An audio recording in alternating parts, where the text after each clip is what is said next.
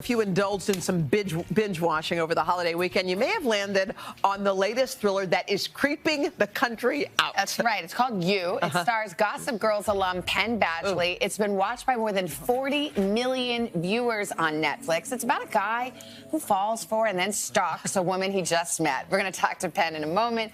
But first, spoiler alert, we want to tell you more about You. Hello there. I'm Joe. But the real question, who are you?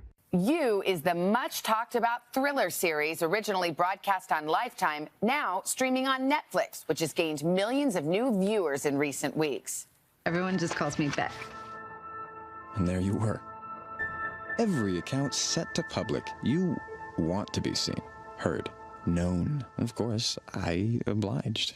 It tells the tale of a New York City bookstore manager named Joe, who exploits today's technology to at first stalk and then woo the object of his obsession, a young writer named Beck. Tell me who you really are, and I'll find you.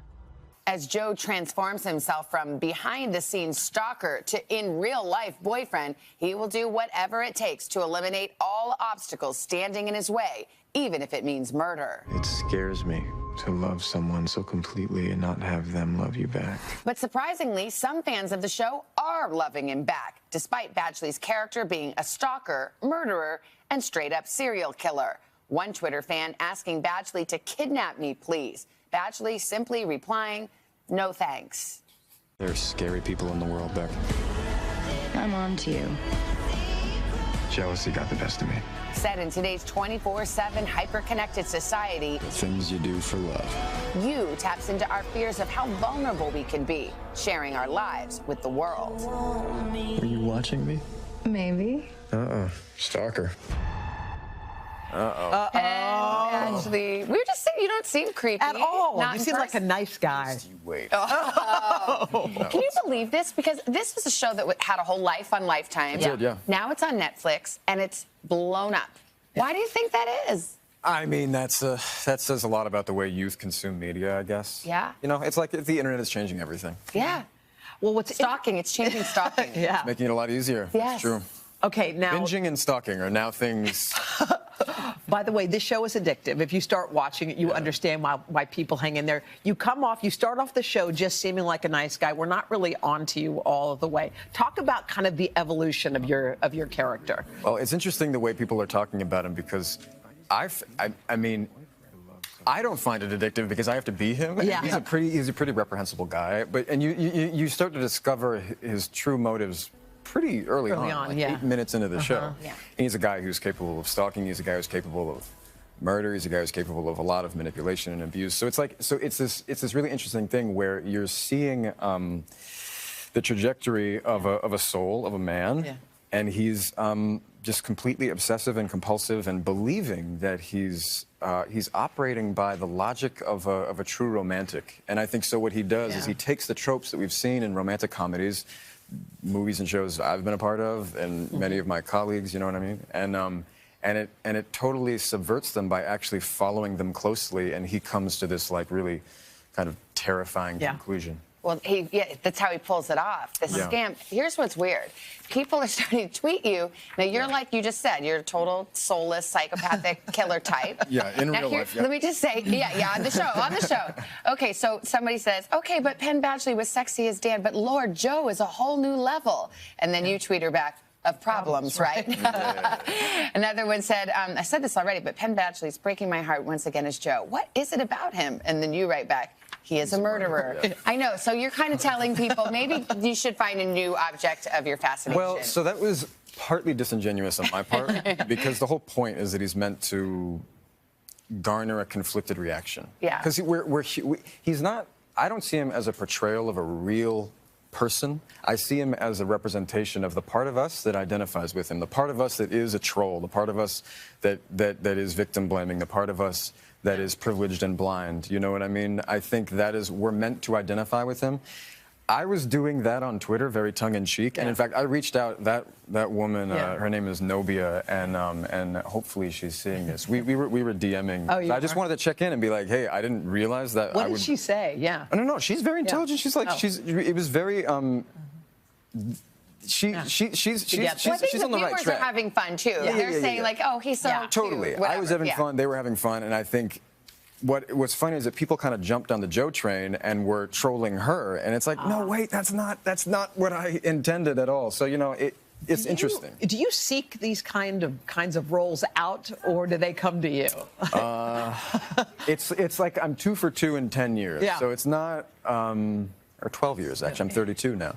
So no, they find me like Joe. Well, is your wife like, why are we playing these roles again, or does she kind of get a kick out of it? It's both. Yeah? It's both. She wanted me to take it. She did? I was like, I don't know if I can play this guy. Yeah. She really wanted me to take it, so. Well, it does make you think also about everything that you put out there on social media and how someone can really get to know you and kind of use that.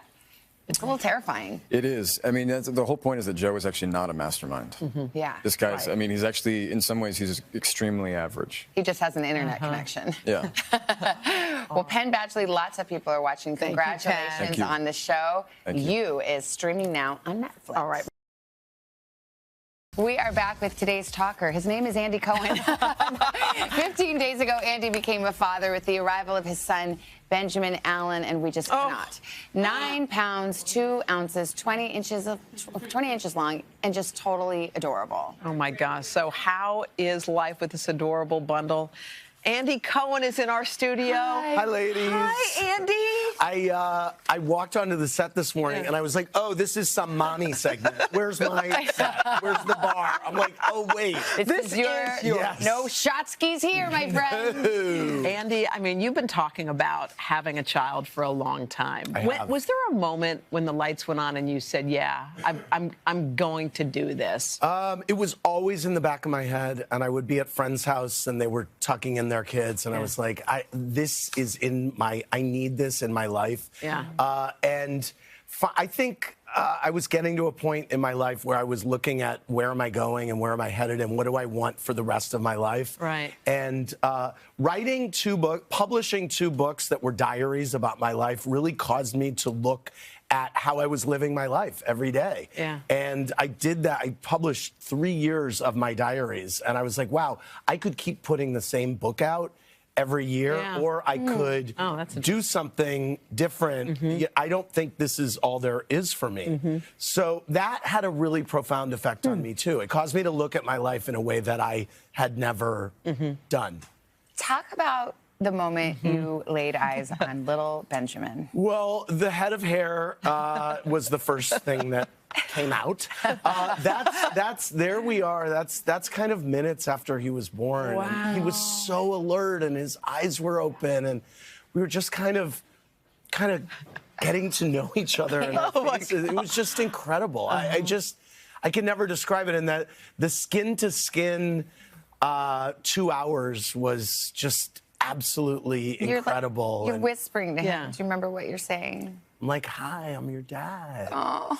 Who are you? Yeah, it's sweet. Oh, my God. I don't even know. I mean, you and I had talked a while ago, and I remember it really stuck with me when we talked and you said, hey, you adopted. I was wondering, I'm thinking about what path to go down. Yeah. You were talking about either adoption or a surrogate. You weren't sure. How did you decide, like, what worked the best for you? I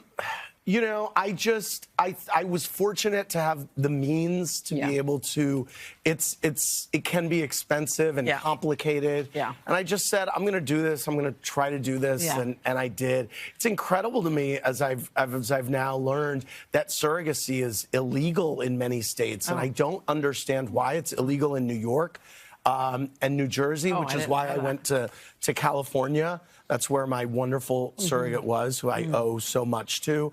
And so I don't really understand that. It's also illegal for gay people to adopt in certain places. So it's still very complicated and challenging. But once I decided to do it, I was in. Yeah. And you were a great help to me and inspiring to me as you and I talked about it, Hoda. And I was also wondering, can I do this at this moment in my life? Yeah.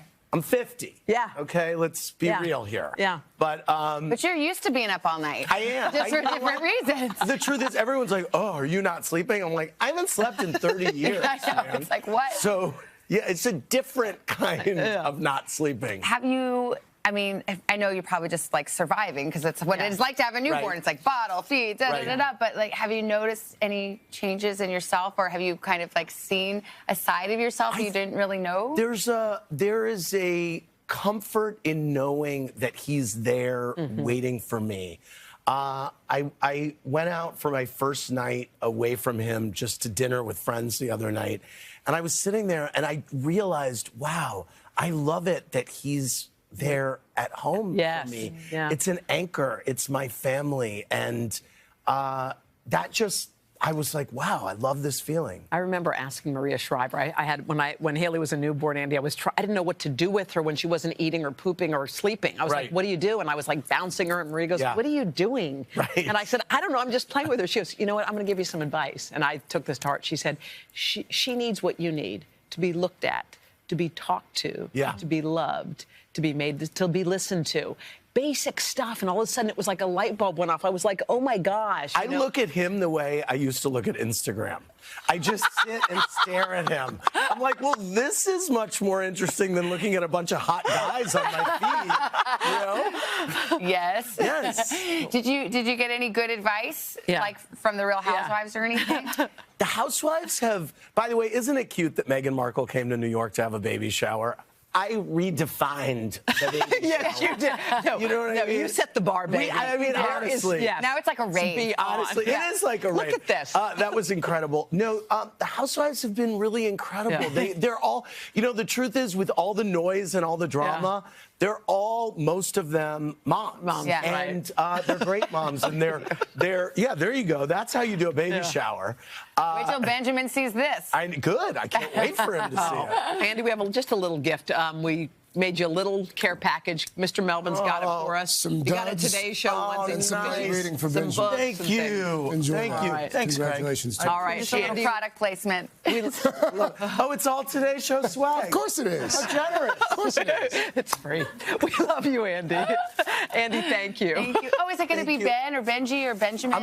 I'm getting to know him. Yeah, I don't know. You know what I mean? Yeah, I know. Yeah. Okay. Keep us posted. I will. Congratulations. Thanks, ladies. We are back with one of the hardest working and one of the most successful guys in Hollywood, Tyler Perry. He is known for writing. He's known for producing, directing, and starring in his own films. Mostly famous as the wisecracking, completely inappropriate grandma, our favorite, Medea. Now Perry is back for one final go in his newest movie, A Medea Family Funeral. Take a look. Thank you for driving on over there. Thank you for driving. You know I can't drive nowhere. My license ain't right. I keep telling you I can help you with that. Yes, but you also told me I would have to go to court. Yeah, Medea, you got tickets and warrants and license and everything, bench warrants, all this stuff. You have to go to court. I don't go to court, okay? I'm dragged to court. I don't just go to court because the judge said go to court. I'm a thug here. These new kids don't know nothing about being no thug. I'm a real thug. I'm an OG MADEA.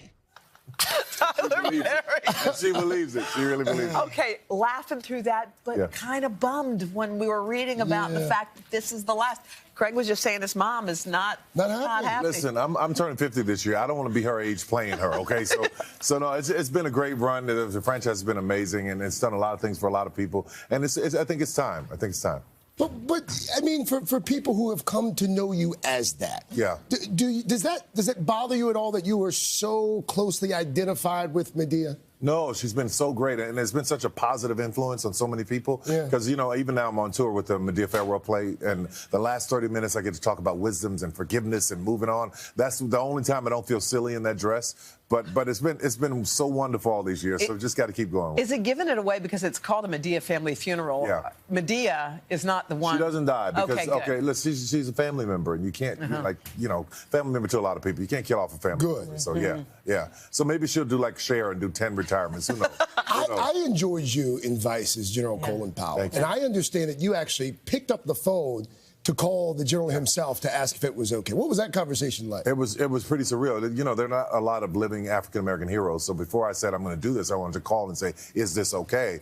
But it was really, really powerful. He sent me his book. We had a great conversation. And just, it's pretty good to be able to pick up the phone and call. Yeah. Something that has been in the news a lot lately is this case and the story of Jussie Smollett. It started off one way, and then the way that police say it, they're describing it now as a hoax. Yeah. You kind of weighed in early on Twitter. What are your thoughts about this case as it unfolds? You know, I've been fighting for justice for Terrence Williams and Felipe Santos. They were put in a Collier County deputy's car named Steve Culkin back maybe, it's almost been 15 years now, and disappeared. So I wish that case could have gotten half the attention that the Jussie Smollett thing got. But listen, everybody that knows him, he's adamant that he's telling the truth. Everybody that knows him that I know, they all say he's not the type of person that ever do that. So it's pretty confusing. So right now it's a wait and see. But you talked to him. I mean, I did. Do you believe that he's telling the truth about his? Listen, he is so adamant about it, and he's so convincing in his story that I'm just hoping and standing with him, hoping that it all turns out in his favor, for sure. I gotta say, when I look at you, Tyler, when you walk in the studio, I instantly get happy. Yeah, right? And there's something about you. Thank you, baby. I appreciate it so much. I appreciate it so much. We're gonna miss that. But I do want to say, if anyone's ever feeling funky, they should Google your commencement address at Tuskegee, and it will lift you up. I don't care where you are in your life, because you told the story of your life. Yeah. And I think when you think about where you started, which, I know you're from New Orleans, but you had a very rough upbringing. There are stories of you living in your car and all those kind of things, to where you are today. Yeah. Like, if you were giving advice to somebody watching, what might that be? Don't give up, because it's always that one moment, like just when you're about to give up. I think it's always just that moment is the pressure point. Right past that is where everything changes. Well, one of the things you said is when you didn't have any money and you were poor, you would go to open houses. Yeah. Because he wanted to see where he was gonna live. Wow. Like you lived that way. And you willed it. And well, people do vision boards now, but back in the day, we didn't hear anything about vision boards or The Secret or things like that. But I was living in that moment of, I would go test drive cars, I would go to open houses, I would walk in the backyard and look at the people's pools and go, oh yes, one day I'll have this, and bring it and feel it and believe it in your life and do good, and good things will come back to you. What's next? Yeah. What's Tyler Perry going to do now? What's the mountain that you haven't climbed? Listen, opening the studio in Atlanta, 331 acres, 12 sound stages on a former Confederate Army base that I now own. I think I've reached this moment, so it's so exciting for me. So 275,000 cars have come through the gates there over the last 3 years. Wow. So that's where I was trying to get to. So now that I'm here, it's about holding the door open for who's next and legacy. Wow. Well, we should point out that Tony, who was our NFL hopeful who we interviewed earlier, was awestruck when she saw you. Yes, she said, all I want is a picture with you. So you don't know how many people you're inspiring as you go. I appreciate that. Thank you so much, Tyler. She's tough. Yeah, She's she tough. is tough. Good to see We love you, honey. Congratulations. Thank you so much. you. So glad Medea's not dying. Medea family funeral. Medea family open Friday on March 1st. Thank you. Up next, you don't say No, that's No, you do it. No, go. Please do. Sterling K. Brown is best known for his role in the hit NBC sitcom This Is Us. But the Emmy winner is also taking over the big screen. He's gotten great accolades. He voices the character Lieutenant Matthias, in the new Frozen sequel, currently the #1 movie in America. And he stars in another movie out. It's called Waves. He plays a well-intentioned but really domineering father who pushes his son to be the best. Take a look. We are not afforded the luxury of being average. Gotta work 10 times as hard just to get anywhere.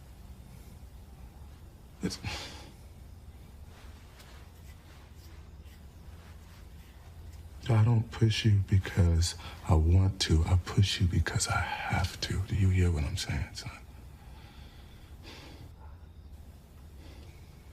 Do you hear what I'm saying? Boy, just that one scene. Yeah. Hi. How are you? I'm great. Just had to say that real quick. Well, so happy. Thank you. I'm so happy for you and what's going on in your life. This movie, Waves, kind of came out slowly, I guess, and now all you read about is, what an amazing story, and B, the Oscar buzz attached. Tell me about the project and what it was that made you say yeah. Well, I was shooting This Is Us at the same time that they were shooting Waves, so I didn't know if there was a way for me to actually do it. The good people at 824 wound up making their weekend Thursdays and Fridays, so I would shoot This Is Us from Monday through Friday, and I would fly to Florida and shoot Saturday and Sunday, and then fly back to shoot the TV show. So we did that a few weeks in a row, and it worked out. There's something really powerful about this upper middle class African American family that has a very specific set of problems. Yeah. I hadn't seen this black family on screen before, and I thought that there was something really beautiful about the trajectory of my character, and I don't want to say too much about it in the film, but it is a family that sort of goes through a crisis and then they find their way back together again. I'm really excited for people to see it, and yeah, in terms of the buzz and whatnot. Yeah, that's a little overwhelming, It's isn't it? incredibly overwhelming. If something happens, great. If it doesn't, then me being out here just to talk about this story. Like, it's an R-rated film, but it is a family film. And I encourage parents and children, if they're, 12, 13 and up, 14 maybe, you know what I'm saying? But like, to go see it with their children, to make sure that they're talking, because it will generate a lot of wonderful conversation. You have 2 young boys. I do. Did it change the way that you parent? Did it change anything about the way you operate at home? It made me more cognizant of the kind of parent that I want to be. So, like, the dad in this film is very stern, very authoritative, and has a strict vision of how he thinks the world should be for his son. And that's okay as long as he gives space for his son to reflect back to him what's going on in his world. The conversation needs to be 2 ways and not just me talking at him, but us an authentic conversation with each other. I was so moved by your conversation with Willie on his Sunday Story. Willie Geist, it was an amazing interview. And you talked about losing your dad at age 10, and you talked about you knew how to be a dad up to that point. Sure. And that struck me. It was just so powerful. Who do you draw on to figure out how to be a dad as your children grow? That's such a good question, because so they're 8 and 4 right now. I was 10 when my dad passed away at 45. So I was almost the exact same age when I had my oldest son as my dad was when he had me. Because I'm 2 years away from that age when my dad passed away. And it's really cognizant. I knew he was young, and now I'm 43. I'm like, he was a baby. He was a baby, Like, he was just getting started. So I draw inspiration from him still, because he was tremendous. He left me with such an influx of love that has carried me through my life to this point. And then from that, I different people in my life who I think have done a good job. Media, you know what I'm saying? I get moved by the things. I get moved by Randall, to be perfectly honest with you. I was like, I think Randall's a good dad. Like, maybe I should take some of that and do it myself. Let's talk about This Is Us. Everyone's crazy about this in this Thanksgiving time. Tell us what we can expect coming in. A little. Goodness. Well, I mean, we had our Thanksgiving episode, which was the fall finale, and you see a few different things happening. There is a fallout between Kevin and Randall. And we're trying to figure out what the nature of that is.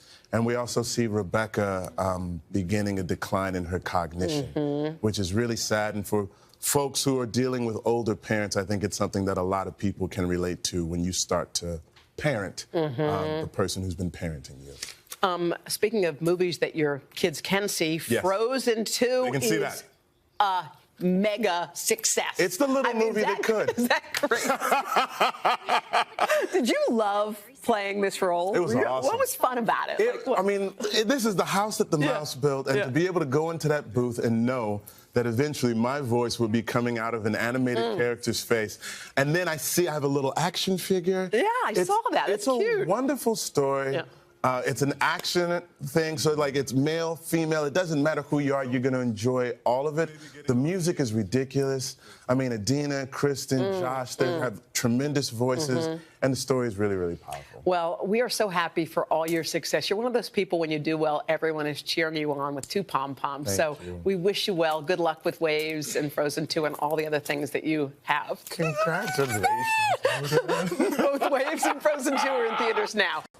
Hey, thanks for watching. Don't miss the Today Show every weekday at 11 a.m. Eastern, 8 Pacific on our streaming channel, Today All Day. To watch, head to today.com/allday or click the link right here.